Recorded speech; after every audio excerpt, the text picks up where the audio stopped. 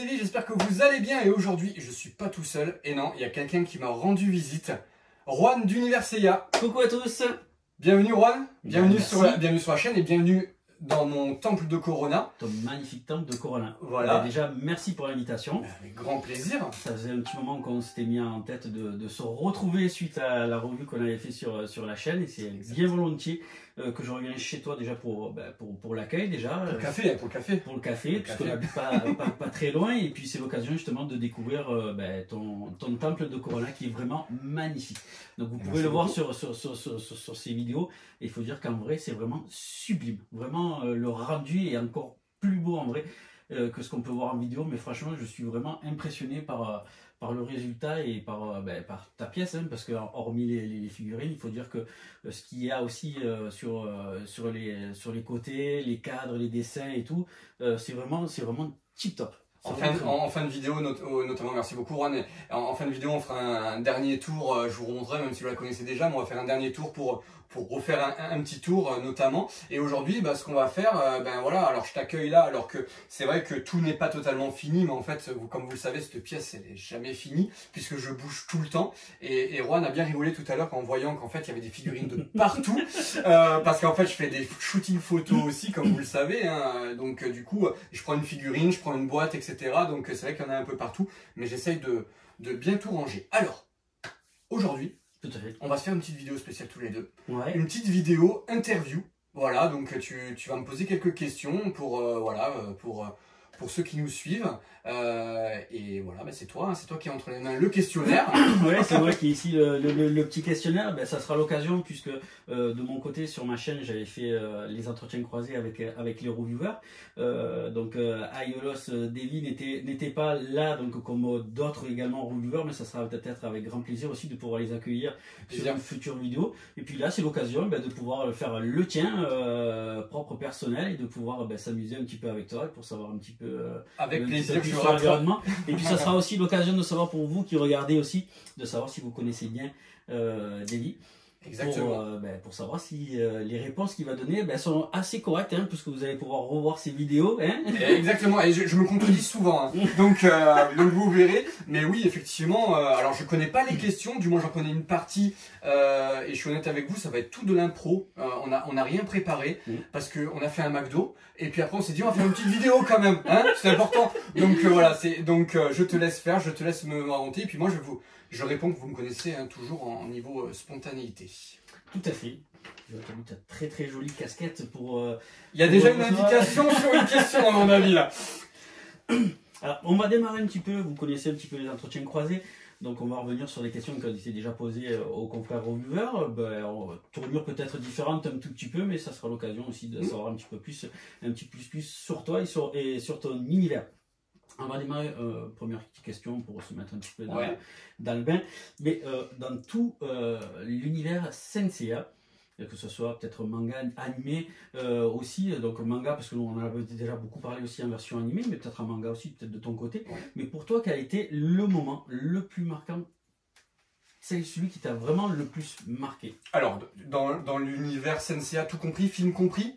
Tout compris. Bon, alors si vous me connaissez un tout petit peu, et puis là je vais te répondre, je pense que tu connais un peu la réponse, mais moi c'est vraiment mon premier gros souvenir. En fait, il y en a deux vraiment qui sont quasiment simultanés. Ça va être le film Abel, effectivement, que j'avais en VHS, et c'est vraiment ce film-là qui m'a fait...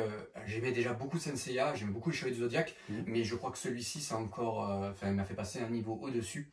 La musique, les dessins, voilà, je ne vais pas revenir 40 fois sur les mêmes trucs, mais franchement, c'est vraiment ce film-là qui m'a vraiment fait aimer comme j'aime Senseiya. D'ailleurs, si aujourd'hui, à quasiment 40 ans, ma pièce s'appelle le Temple de Corona, c'est pas pour rien, c'est parce que vraiment, c'était vraiment c'est ma Madeleine de Proust, ce film-là. Voilà. Et quand je l'ai redécouvert en VO plus tard, mais quel régal, quel régal, parce que la VO, la VF... même si je refaisais les attaques qui n'ont aujourd'hui ni queue ni tête, hein, même les dialogues, c'est un peu particulier, mais la VO est vraiment superbe. Alors il y a le film, et il y a le combat de Argol contre Shiryu. C'est vraiment, donc Algol, parce que j'ai vu dans ta vidéo, c'est Algol, et c'est pas Argol, je dis toujours Argol. Argol c'est la version VF. Oui, exactement.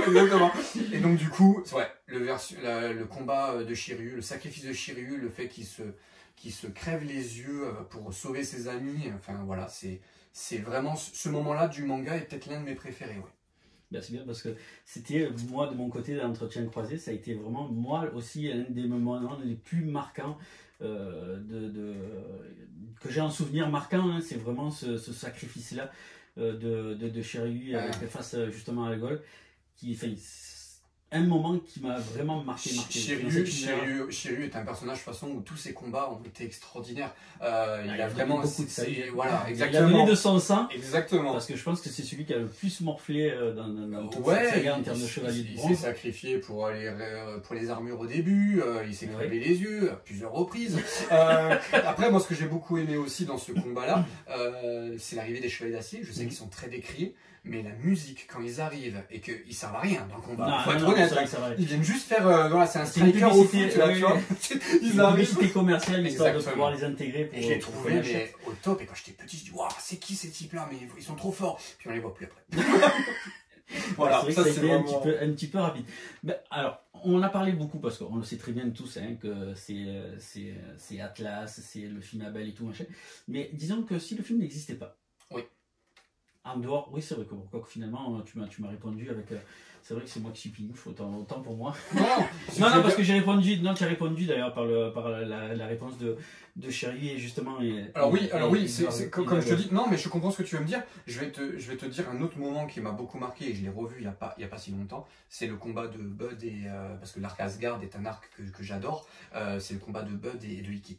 Voilà, avec la mort de Sid et Bud qui prend Sid et qui... Voilà, ça aussi c'est un moment.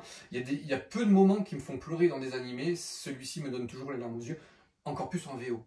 En VF, c'est juste horrible. La voix de Sid est juste ignoble. Et par contre, en VO, elle est magnifique. Voilà. Je te comprends. C'est vrai que la VF, on la connaît parce que quand on était petit, c'est ce qu'on connaissait hein, par rapport au Club Dorothée. Mais c'est vrai qu'une fois qu'on a regardé ou qu'on a téléchargé ou qu'on a acheté les DVD, bien sûr, il faut la regarder en version originale sous-titrée. Je pense que ça passe beaucoup mieux. C'est vrai que ce moment-là entre Sid et Bud est vraiment incroyable. Moi, j'aime aussi dans la Asgard la partie avec Mime également.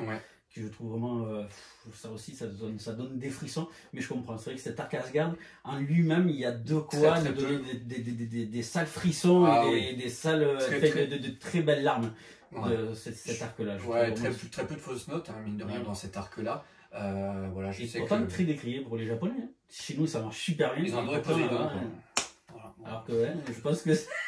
on est assez d'accord pour se dire que c'est pas le chapitre vraiment qui nous a super. Asgard, une fois par an, je vais la regarder. Poséidon, je l'ai regardé avec les petits la dernière fois. Honnêtement, je me suis ennuyé quoi. C'est pas qu'il est nul, hein. C'est qu'il vient derrière Asgard. En fait, je pense que c'est surtout ça en fait. Si on l'avait eu comme ça, pas de souci. Mais voilà. Et puis le charisme des personnages est quand même moindre dans Poséidon. Tout à fait. Voilà. Tout à fait. Parmi ta très belle collection donc, dans le temple de Corona, quelle est vraiment la figurine que tu affectionnes le plus? C'est que ta figurine vraiment préférée? Alors, ma figurine préférée, c'est Mew du Papillon, en Miss Claus.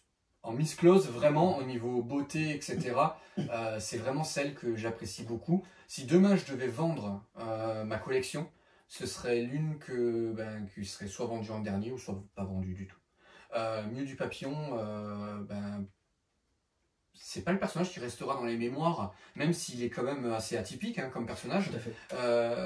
Je trouve qu'il sort de l'ordinaire. La Miss Claus est vraiment très jolie, c'est une Miss Claus classique en plus. Donc voilà.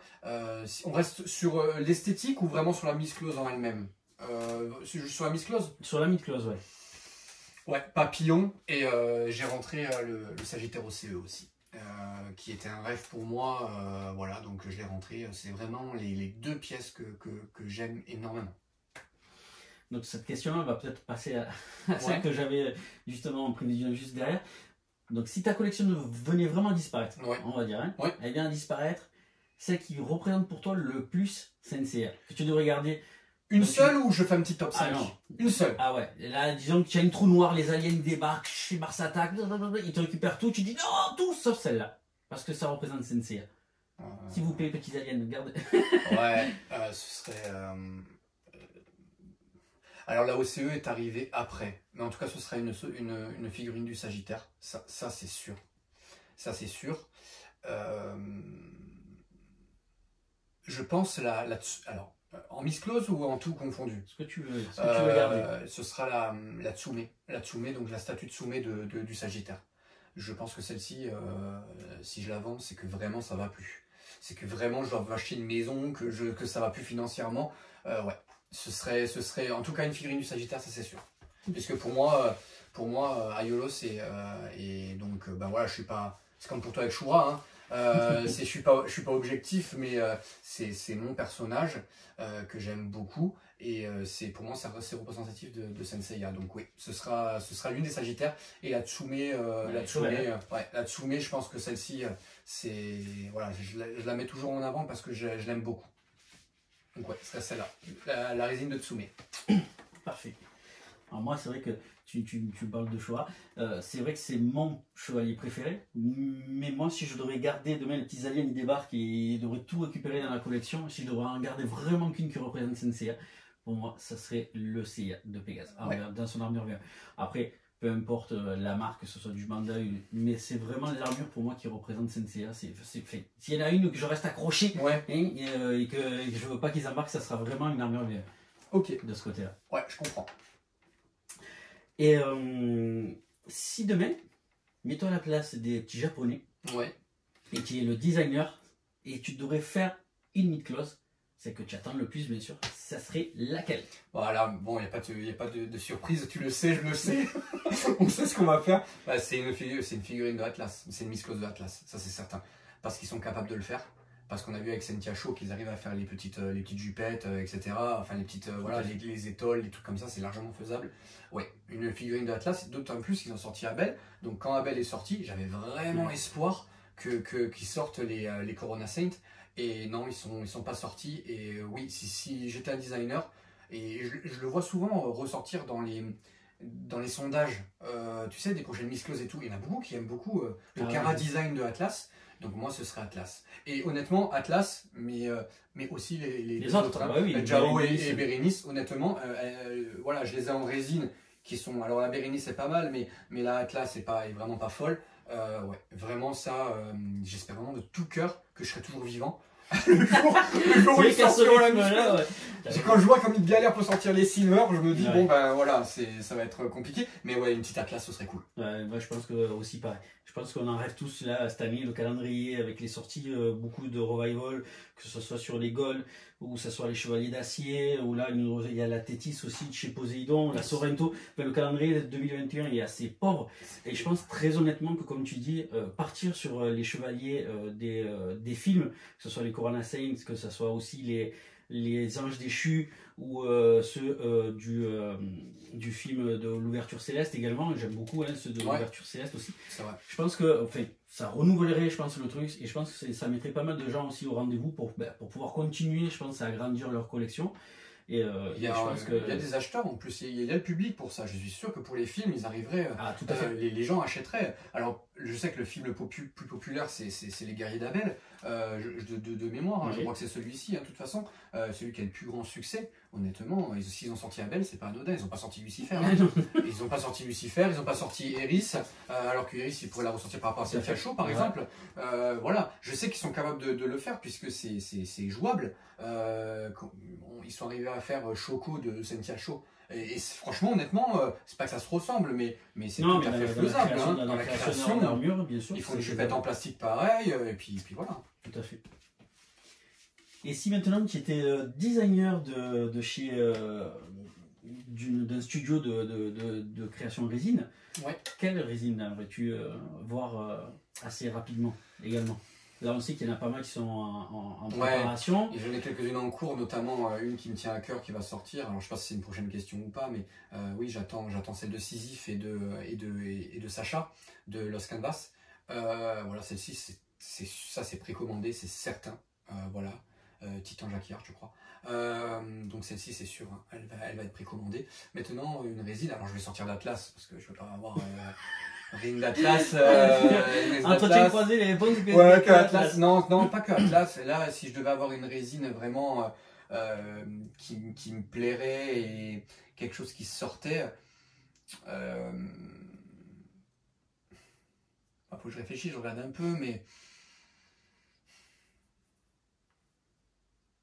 j'ai celle déjà qui me tenait à cœur, c'était celle de Rhadamante, voilà.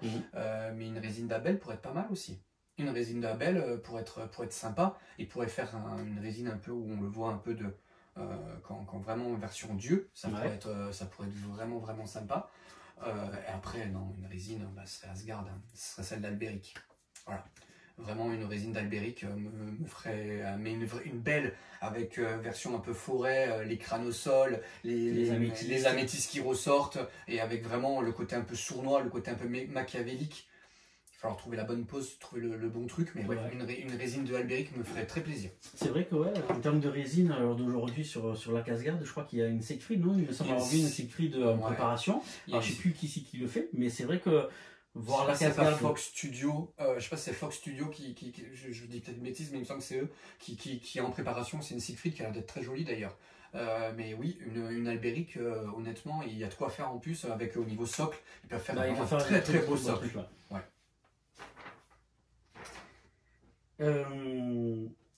Tiens, quelque chose d'un peu plus peut-être personnel.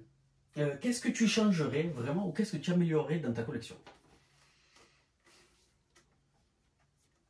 Alors aujourd'hui, j'ai une pièce qui me ressemble.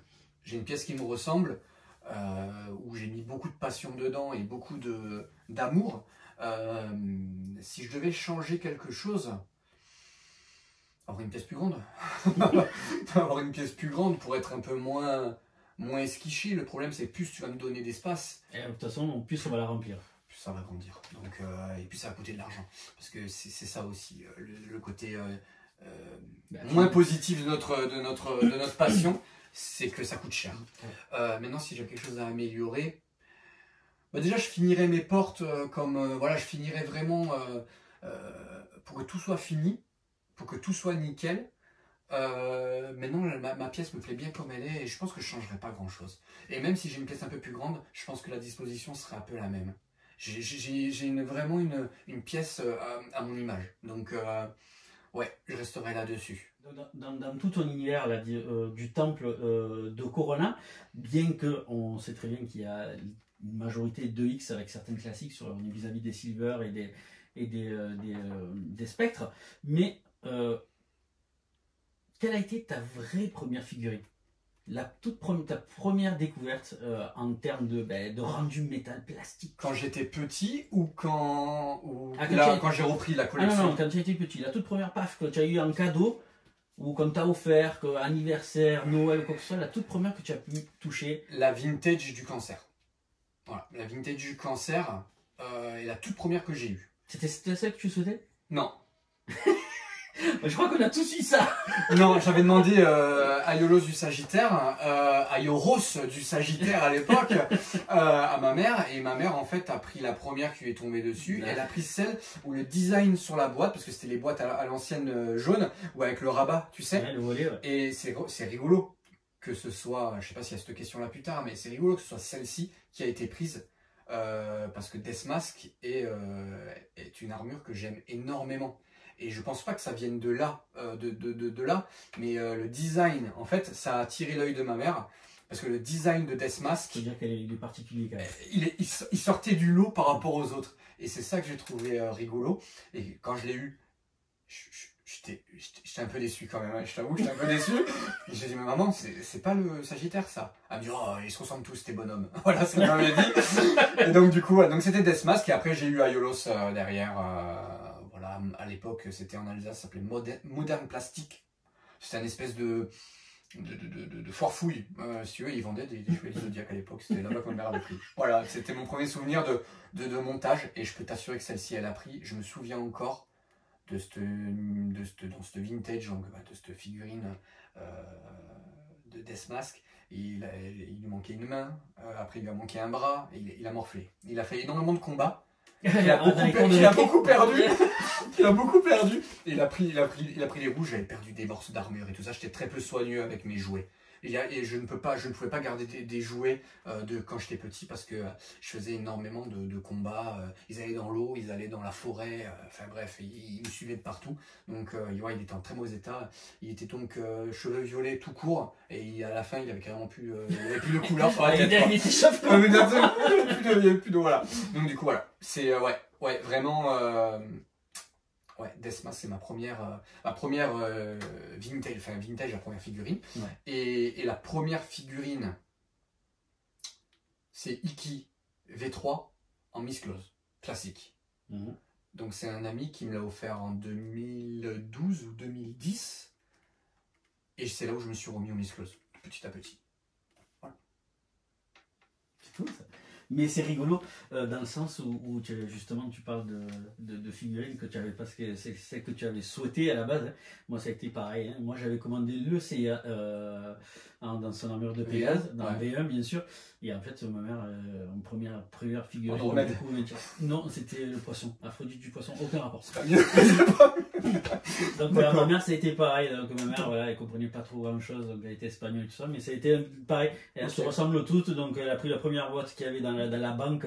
Bon, après, on a eu de la chance, c'était pas les plus moches au niveau design. Non, c'est sûr, c'est sûr. Mais c'est sûr qu'il y a une ascenseur un peu ouais, émotionnel, même si on était vraiment heureux, mais sur le coup, voilà, on s'attendait vraiment à avoir une chose. Et bon, mon plus gros souvenir de Miss Close à l'époque, quand j'avais 10 ans, avec ma mère, on faisait les vide-greniers, donc les vide-greniers, les marchés aux puces, on appelait ça en Alsace.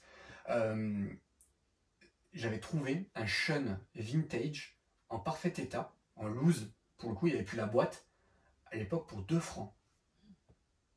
Elle était en parfait état, complète, mais en loose, il n'y avait pas la boîte, du coup pour 2 francs. Et je me rappelle, j'avais dit à ma mère, je veux prendre ça. Elle me dit, oh là, tu m'embêtes avec tes chevaliers du Zodiac, machin, tout ça et tout. Et j'ai eu de la chance, j'ai pu l'acheter pour 2 francs à l'époque. Et oui, ça c'est un gros souvenir des chevaliers du Zodiac. Et dès que j'allais au marché aux puces, au vide-grenier, je cherchais des chevaliers du Zodiac. Et comme à l'époque, ben, tous ces jouets-là n'avaient pas de valeur, et c'était cher à l'achat, mais après, elles se bradaient pour rien au vide-grenier. Ouais. Et j'ai acheté Shun, même s'il était rose, parce qu'il était vraiment rose pétard. Ah oui, celui-là il était vraiment rose pétard, celui-là. Bah, donc du coup, un petit peu dans ce que tu disais, donc vraiment en armure proprement dit en termes de notre mid-close, on peut partir autant que ce soit sur du vintage classique ou autre chose. Donc en termes de design, quelle est celle que tu préfères ou celle qui ressort un peu plus du lot? Même, bon, tu nous as parlé un petit peu du Deathmask, mais c'est vrai qu'elle est quand même atypique puisque c'est une des seules à se retrouver avec vraiment des couleurs sur l'armure, hein, parce que sur les 12 gold. Si je peux, du coup, je vais juste ouvrir ça, je vais la prendre avec moi, vous allez vite comprendre. Moi, quand on parle de design de Miss Close et de Miss Close préférée, aujourd'hui c'est lui, quoi. Aujourd'hui c'est lui et c'est vraiment je la montre, tout le monde la connaît, mais voilà, aujourd'hui c'est vraiment alors on va parler de lui parce que pour lui c'est vraiment mon design préféré.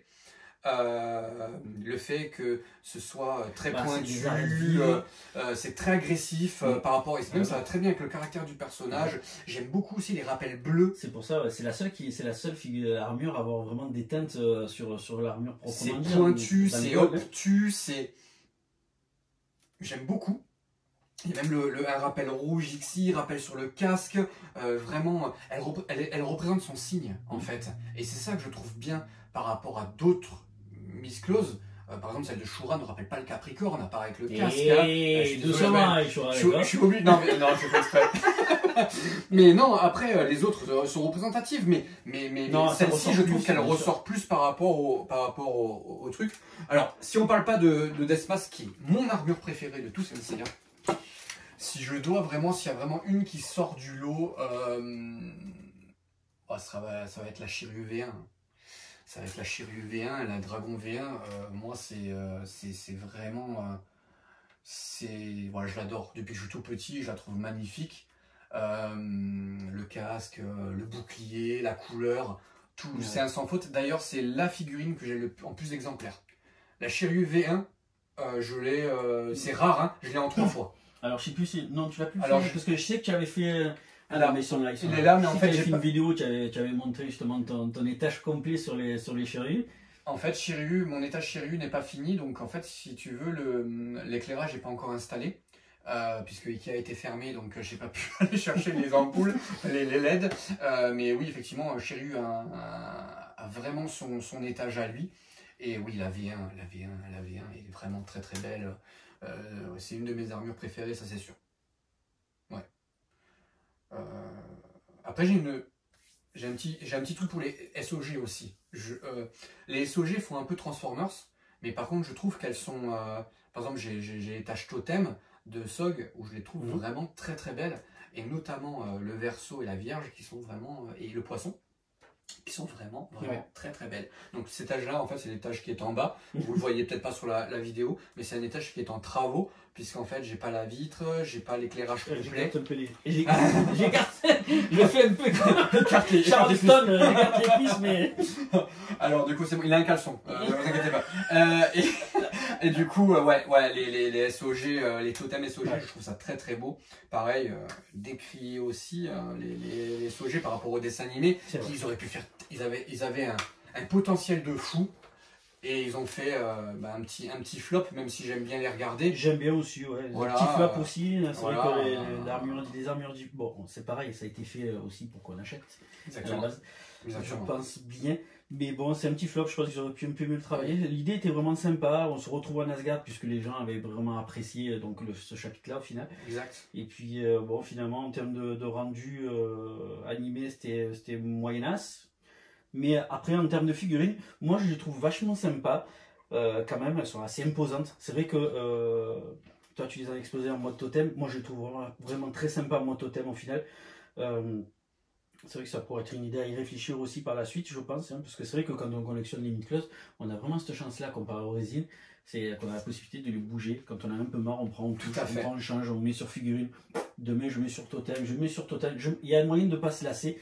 Les résines, c'est vrai qu'on a tendance, elles sont fixes, elles ont une certaine âme, mais elles ne nous le rendent pas forcément de la même manière qu'on peut avoir sur une figurine articulée. C'est certain. Mais c'est vrai que quand on voit les totems sur les SOG, au final, elles sont vraiment très très belles. C'est vrai que moi j'ai une mention spéciale pour celui de la Vierge, que j'ai vraiment kiffé. Le Poisson aussi est vraiment très très beau. Le Sagittaire est très beau, mais ça se ressemble un petit peu aux versions Gold. Classique et Sagittaire, je suis pas fan. Moi, Sagittaire, je suis pas fan parce qu'en plus, elle a une très mauvaise au niveau. Elle a beaucoup de mal à tenir. En plus, elle tire un peu en arrière à cause des ailes. J'ai beaucoup kiffé, moi, effectivement, la Vierge. Et la Vierge est très très belle. Et franchement, honnêtement, c'est même une que je pourrais faire une séance shooting en extérieur comme j'aime le faire pour pouvoir le disposer un peu comme ça. Et le Verseau, j'aime beaucoup aussi avec l'effet des rubans. Voilà, vous pouvez peut-être pas voir, mais voilà, et des rubans qui entourent la SOG, c'est plutôt sympa. Et le Poisson, j'ai kiffé la montée aussi et je la trouvais très belle aussi. Là, voilà, en armure, en design d'armure, c'est vraiment ça que j'aime. Mais après, j'ai une affection pour toutes mes miscloses. Et aujourd'hui, si j'ai une misclose que j'aime pas, réellement, je la garde pas. Si je la trouve pas belle, si elle me plaît pas, ce que j'ai fait pour Minos et Hack, je les ai pas gardées en EX parce qu'elles me plaisaient pas. Voilà, j'avais pas d'affection pour elles et j'ai préféré mettre en avant Papillon et Radamante, que j'aime beaucoup, plutôt que de les garder, et j'ai préféré faire plaisir à d'autres collectionneurs et à les vendre. Voilà. Mais du coup, on parlait un petit peu des totems aussi en parlant de ça. Même si tu as un petit peu peut-être répondu, c'est bien, on fait toujours les comment dire, les transitions. Parce que je parle beaucoup. Pardon, tu fais des bonnes transitions, en plus sans vouloir le faire exprès, puisque, encore une fois, j'ai mes trucs là, je les ai en tête aussi sur les questions qui arrivent sur le moment, mais le totem que tu trouves le plus beau, tu as parlé de celui, mais peut-être que c'est pas forcément celui-là, et celui que tu trouves vraiment le plus moche, que tu es peut-être monté ou que tu as déjà vu également, parce que peut-être que tu n'as pas forcément ou tous montés, ou tu en as que tu n'as pas pu... Alors le totem ou la forme objet, hein, parce que c'est comme ça qu'on dit au Japon. Porte-armure. Non, totem, c'est bon. Totem, c'est très bien. Alors on va en Orsog. Orsog, j'aime beaucoup le totem du Sagittaire, parce que le totem du Sagittaire, il est très représentatif de la série. Et notamment le totem fake. Donc le tout premier qu'on a découvert, Galachan Noir. Ouais. Et celui-ci, il a une place particulière. Je l'ai trouvé il y a très tard. Je l'avais pas acheté tout de suite. Parce qu'à un moment donné, il était un peu cher quand même. Là, il a été un peu redescendu au niveau du prix, donc je l'ai trouvé. Le totem du Sagittaire, pour moi, est emblématique. C'est pas le plus beau. Le plus beau... Je suis en train de regarder un peu les figurines du coup, pour dire un peu lequel est le plus beau. Le totem d'Odin. J'aime beaucoup le totem d'Odin. de l'armure d'Odin. Je le trouve classe. D'ailleurs, je l'ai 2 fois. Je l'ai avec les SOG et je l'ai avec le Asgard. Ouais. Et sinon, vraiment le plus beau de tous, et d'ailleurs je l'ai en totem en bas, tu l'as vu, c'est Hagen. C'est le totem d'Hagen. Le totem d'Hagen, c'est qu'il soit en classique, en EX ou quoi que ce soit, on peut le mettre même en modèle d'expo, il passe. Je trouve ça fou. Je cherchais depuis tout à l'heure, et je savais que j'avais un totem que j'aimais bien. Voilà, et le totem d'Alberic aussi est super sympa. Avec les crânes et tout ça, j'aime beaucoup, mais le totem d'Hagen, c'est, ouais, pour moi, je pense que c'est mon totem préféré, et pourtant, c'est pas mon guerrier divin préféré, Hagen. Voilà. J'avais fait un petit top là il n'y a pas longtemps, je ne sais pas si vous vous souvenez, où j'avais dit que c'était mon guerrier divin, ou que j'aimais le moins par rapport à comment il a été traité dans l'animé. Mais son totem est magnifique. Et les totems que j'aime pas, que je trouve pas beau, en fait, si tu regardes bien, en fait, des totems, j'en ai pas beaucoup. Hein. Non, mais après, même si je les ai pas à l'exposé, hein. J'aime pas beaucoup les totems de Poséidon. Les totems des Marinas, je les trouve pas tip top. Ça me viendrait pas à l'esprit, à moins d'avoir une version pirate, de les mettre en totem. Ouais, franchement, honnêtement, non, ça me plairait pas trop. Et ben moi, tu sais quoi, ben, je vais te choquer parce que je sais que toi, ça va pas te plaire ce que je vais te dire. Attends, parce que je pense que tu vas avoir le même truc. Comment, vas-y, moi. Pégase. J'aime pas le totem de Pégase. Tu vois, je l'ai vu là parce qu'en fait, j'étais en train d'essayer de me rappeler sur les V2. J'aime pas le totem de Pégase et pourtant c'est emblématique aussi. Hein. Mais je le trouve pas joli, il me plaît pas. Les ailes, ça fait très. En fait, ça fait vraiment Transformers par rapport aux autres. Que ce soit Yoga, enfin Shiryu, le signe, pour moi c'est le moins beau des totems des bronzes. Et honnêtement, je l'ai comme ça parce que c'est la version broken, mais je l'aurais jamais mis sur totem. Jamais. C'est vraiment rigolo parce que c'est tout à fait ça. Moi, de mon côté, c'est vrai qu'on n'a pas forcément discuté lors des entretiens croisés ou quoi que ce soit, mais pour moi, vraiment, le plus beau totem à ce jour que j'ai pu monter ou que j'ai pu même voir monter, c'est particulier, c'est bizarre parce que c'est vraiment une figurine en plus que j'ai même plus à la maison parce que je l'ai vendue. Et c'est le Queen d'Alron. Ouais.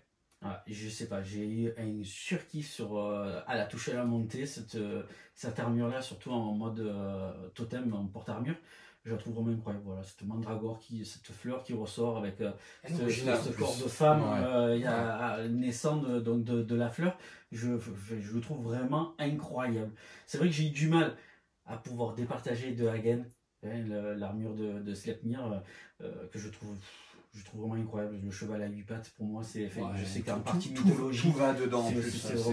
C'est vraiment une beauté, comme tu dis. Je pense qu'on peut la mettre partout, même limite, tu peux la mettre tu la mets même dans un style d'hôtel de Trump, un truc super branché. Tu la mets, elle passe, personne.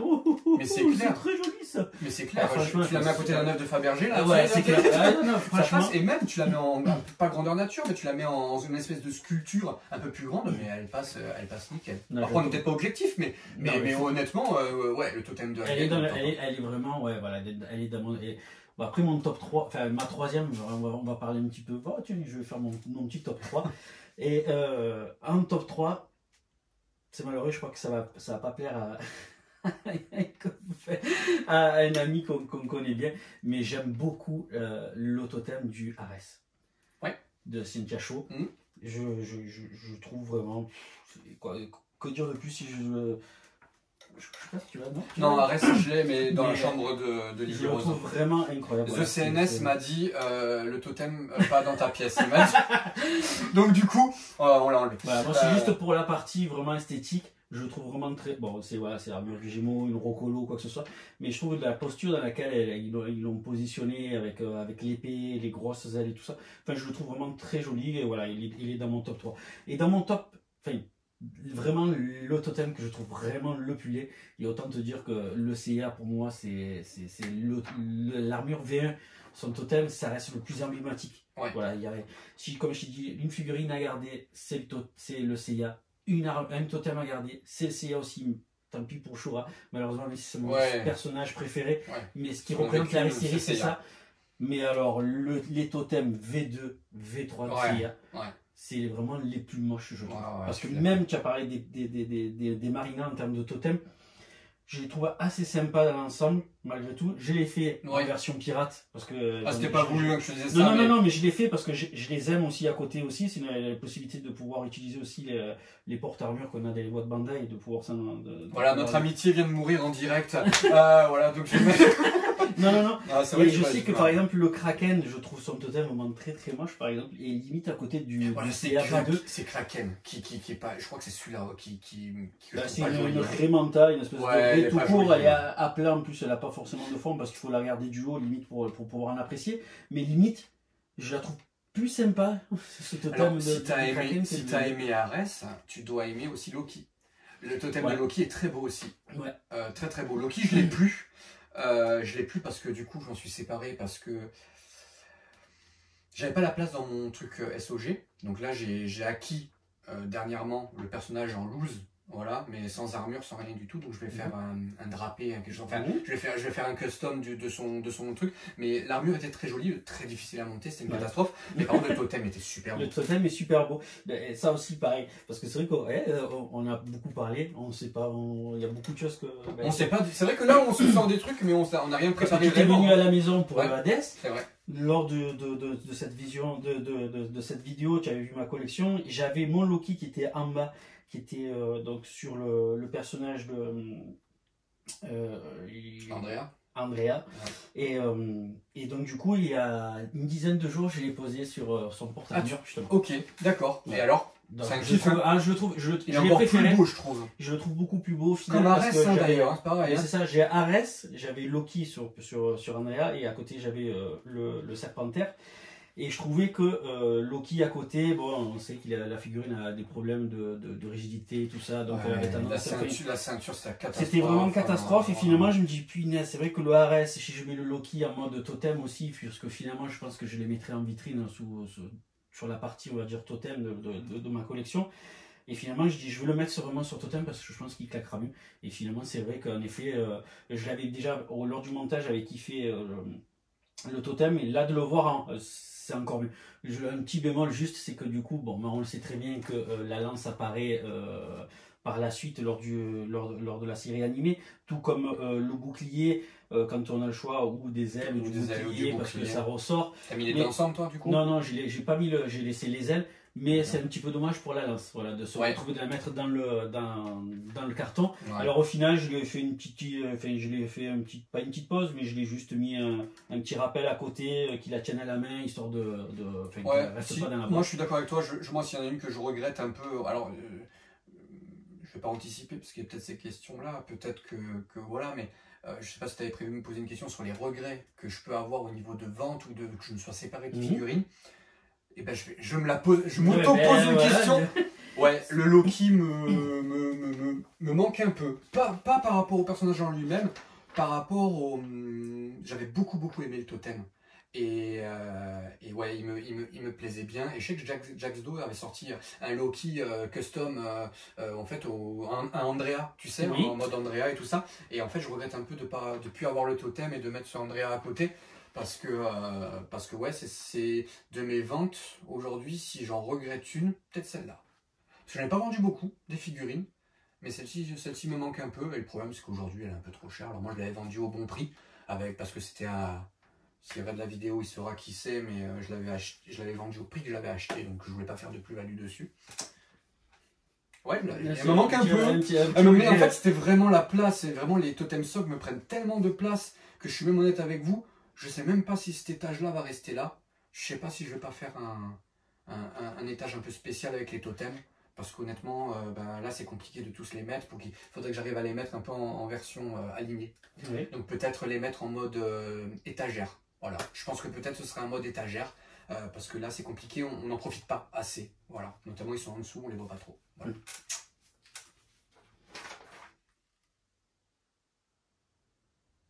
Et repartons un petit peu plus dans le visionnage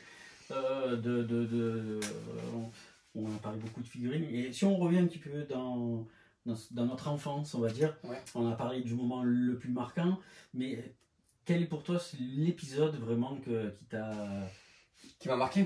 Alors, pas marquant parce qu'on a eu le moment marquant, mais l'épisode qui t'a le plus plu, celui que tu regardes le plus, parce qu'on a les moments qui sont forcément marquants dans la série. On en a fait quelques petits rappels, ceux qui nous font pleurer, ceux qui... Voilà, mais l'épisode qui t'a le plus, celui que tu aimes le plus, c'est que tu aimerais regarder 500 fois. Alors, il y a... Je pense qu'il y a... Alors, je vais dire un top 3 parce que je peux pas dire un seul épisode. C'est pas possible. Je pense que j'ai l'épisode du sacrifice de Shiryu contre Shura. Je pense que... On parle des moments... Des moments... Peut-être. J'ai encore des cheveux, moi. Un tout petit peu, mais je te rattrape. Ouais, Shura contre Shiryu, c'est un moment qui me met les larmes aux yeux, autant que celui de Bud. Voilà. C'est la musique, voilà, quand il s'envole et tout, avec le vieux maître qui pleure et tout. Non, c'est celui-ci d'épisode, je peux le regarder nombre. Alors j'essaie de faire chaque arc, et il y a un épisode dans chaque arc, moi, qui m'a marqué. Donc dans les Silver, ça va être l'épisode d'Argol, voilà, je l'ai dit tout à l'heure. Hein, après j'ai l'épisode de Shura dans... L'épisode du Sagittaire, par exemple, je le trouve tellement nul. Oui. Je le trouve tellement nul. Moi qui j'attendais toutes les semaines. Le Sagittaire, la maison, le Sagittaire. La maison, le Sagittaire, c'est tout pourri, quoi. Testament, à part le testament qui est pas mal avec la flèche. Mais alors l'espèce d'épreuve qui n'existe pas dans le manga en plus, hein. Parce que dans le manga, ça y est pas du tout, là, ce truc quand ils font les épreuves qui meurent tous dans la maison, là. Ça, j'ai trouvé très nul. Très nul, et je me suis dit à quel moment Aiolos a pris le temps, avec Athéna, dans les bras, à poser des pièges. Ouais, voilà. Non, le Shiryu contre Shura, ouais, ça c'est certain. Bien sûr, le combat de Saga contre Seiya, le final, effectivement, est magnifique, mais ça ne reste pas... Je me rappelle toujours de Seiya qui avec le bouclier, là, qui du coup, voilà, qui est à moitié aveugle, enfin, il est aveugle d'ailleurs, et voilà. Ensuite, donc dans Asgard, je ne vais pas parler donc de Bud qui me plaît beaucoup, c'est l'épisode d'Alberic, c'est vraiment des épisodes que je me regarde souvent, mais je crois que vraiment la trame d'Alberic, quand il les piège tous dans la forêt là, et je me dis mais ce type il est... Wow. Il a été vraiment machiavélique. Il avait 3 coups d'avance quoi. Et vraiment celui-ci est vraiment l'épisode, et j'aime beaucoup un épisode, c'est quand il se bat contre Yoga. Et qu'à la fin de l'épisode, on voit en fait Alberic qui donne un coup d'épée, en fait Yoga se protège et ça fait un arrêt sur image style un peu manga. Je sais pas si tu te souviens, mais à chaque fin de Asgard, en fait, on avait un montage comme ça, en fait, ça faisait style dessin, en fait, ça faisait un arrêt sur image. Et le combat contre la période, quand ils viennent emprisonner Seiya, qui se bat contre Yoga et qu'il y a Shiryu qui arrive après, là, ce passage-là, je l'adore. Je l'adore parce qu'on se rend compte qu'Alberic, c'est pas le plus fort, mais par contre, c'est vraiment le plus malin de tous. Ouais. Voilà, dans Asgard, et puis dans Poséidon, voilà, parce que je vais dire Hadès aussi quand même. Poséidon, ça va être... J'aime beaucoup le combat de Shun et de Scylla.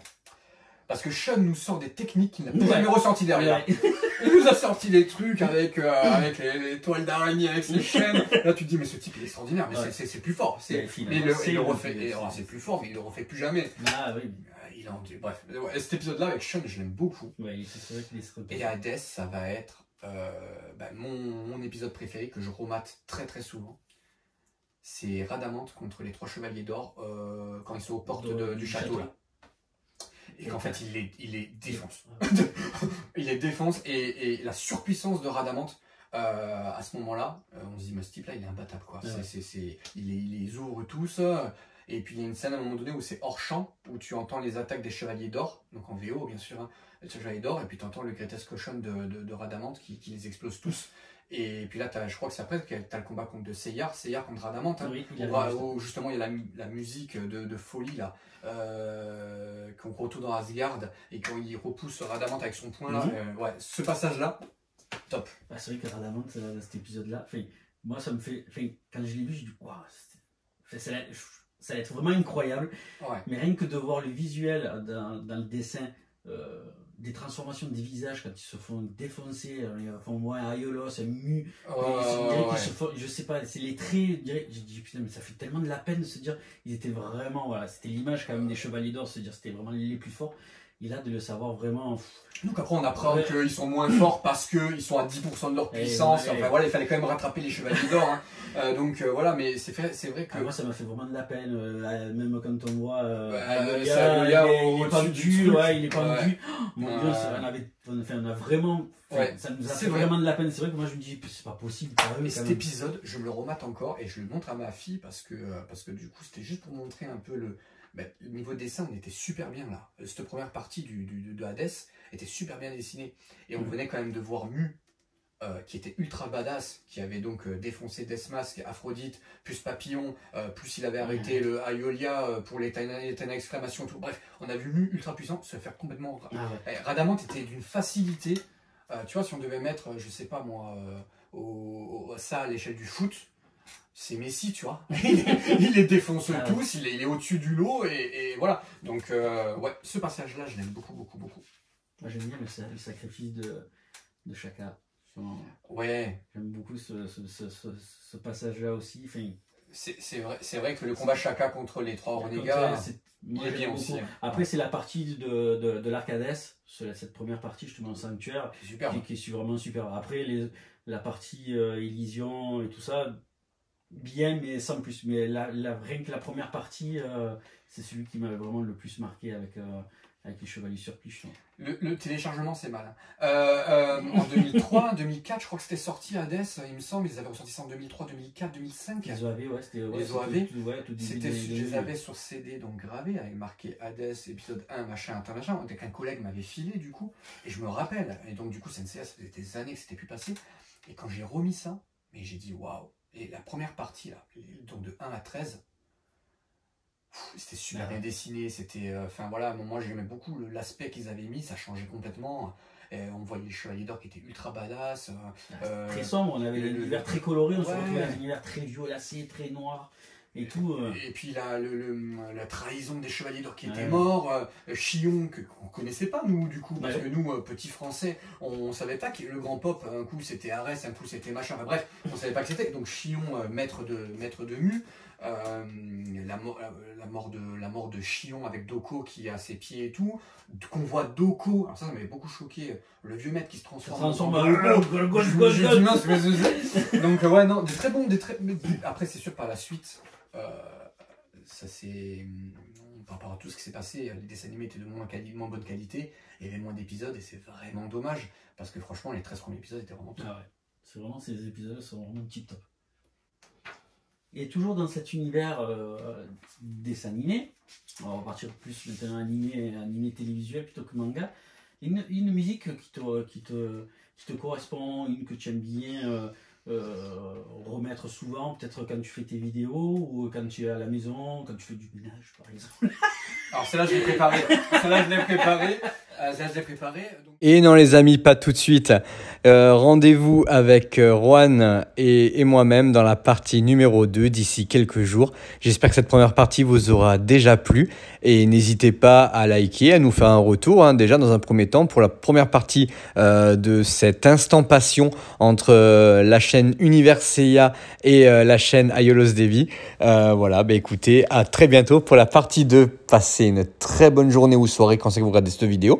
Et surtout, de gros bisous à vous.